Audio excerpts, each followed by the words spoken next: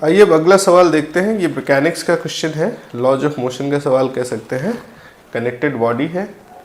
इसमें क्या सवाल पूछा देखते हैं ध्यान से। कह रहा 3 blocks A B and C, 3 blocks हैं A B and C, are pulled on a horizontal smooth surface.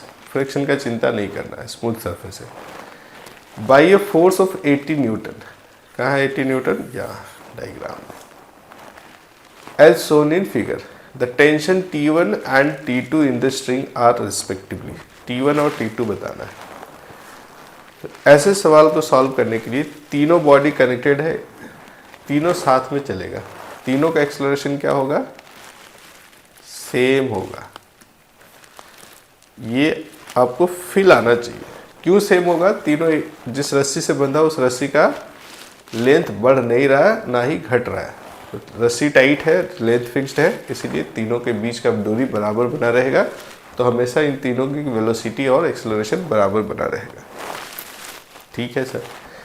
तो सबसे पहला हिट करेंगे T1 T2 पता करने से पहले कि एक्सेलरेशन पता कर लिया जाए। बड़ा काम आएगा। कैसे पता करेंगे? तो उसके लिए तीनों को एक सिस्टम मान लीजिए। समझ लेते हैं कि दुनिया में तीनों एक ही साथ पैदा लिए हैं, एक साथ चल रहे हैं और एक ही बॉडी है। अब इस पे सारे फोर्स की अगर आपको ध्यान दें तो एक ग्रेविटी तीनों को खींच रहा है नीचे और एक नॉर्मल फोर्स ऊपर धक्का दे रहा है और उसके अलावा ये तीसरा फोर्स है ना। क्योंकि ये वाई के डायरेक्शन में नहीं चल रहा है तो नॉर्मल mg के बराबर है। ये एक्सेलरेशन के लिए रिस्पॉन्सिबल नहीं है। एक्सेलरेशन के लिए रिस्पॉन्सिबल फोर्स कौन है? ये, यानी एफ नेट जो फॉर्मूला लगाते हैं F net is equal to M A laws of motion में, उसमें एफ नेट क्या आएगा सर? ये तो 80 आएगा। एम क्या होगा? अब ये ध्यान रखना है, यहाँ पे मास जो होगा वो टोटल मास की बात हो रही है। सिस्टम कौन सा है? तीनों ब्लॉक मिला के। तीनों का मास कितना? 5 + 3 + 2, 5 + 3 8 + 2 10, 10 इंटू ए की वैल्यू कितना आएगा? 8 मीटर पर सेकेंड स्क्वायर।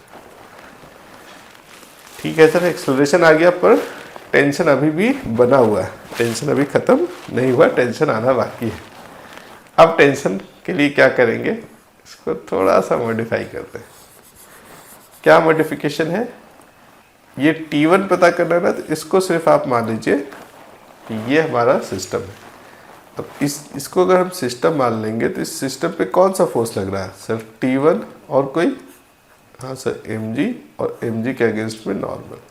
फिर से ये नेट फोर्स हो गया। क्यों? क्योंकि नॉर्मल और mg अपोजिट है, वाई की डायरेक्शन में कोई एक्सेलरेशन नहीं है। और इस ब्लॉक की अगर इंडिविजुअल बात करें तो इसके एक्सेलरेशन में, एक्सेलरेशन तो वही है पर इसके एक्सेलरेशन के लिए इंडिविजुअल की बात करें तो रिस्पॉन्सिबल कौन है? Tension T1। तो क्या हम लिख सकते हैं? T1 is equal to m1a। बिल्कुल लिख सकते हैं sir. T1 is equal to m1 is 5 × 8, कितना? 40 न्यूटन। टेंशन T1 40 न्यूटन कहीं है? ऑप्शन 1 2 3 4 सर ऑप्शन थर्ड में। सवाल सॉल्व हो गया, दूसरा चेक करने की जरूरत नहीं है। ऑब्जेक्टिव सवाल है तो पर कर लेते हैं चेक संतुष्टि के लिए। संतुष्टि के लिए क्या करें सर? अब आप बी और सी में से किसी एक को सिस्टम मान लीजिए। बी को मान लेते हैं। बी पे कौन कौन सा फोर्स है? T2 इधर और T1 पीछे।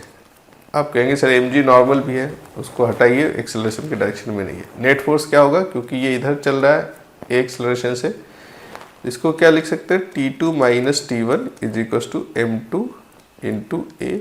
m2 इज 3, 8 3 के 24 डायरेक्ट लिख सकते हैं। 3 मास और 8 एक्सेलरेशन, ठीक है। और T2 जो होगा वो 24 + T1, और T1 कितना है?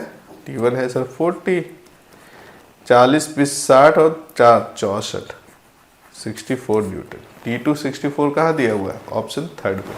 सही आंसर कौन सा होगा? ऑप्शन थर्ड बिल्कुल सही आंसर है।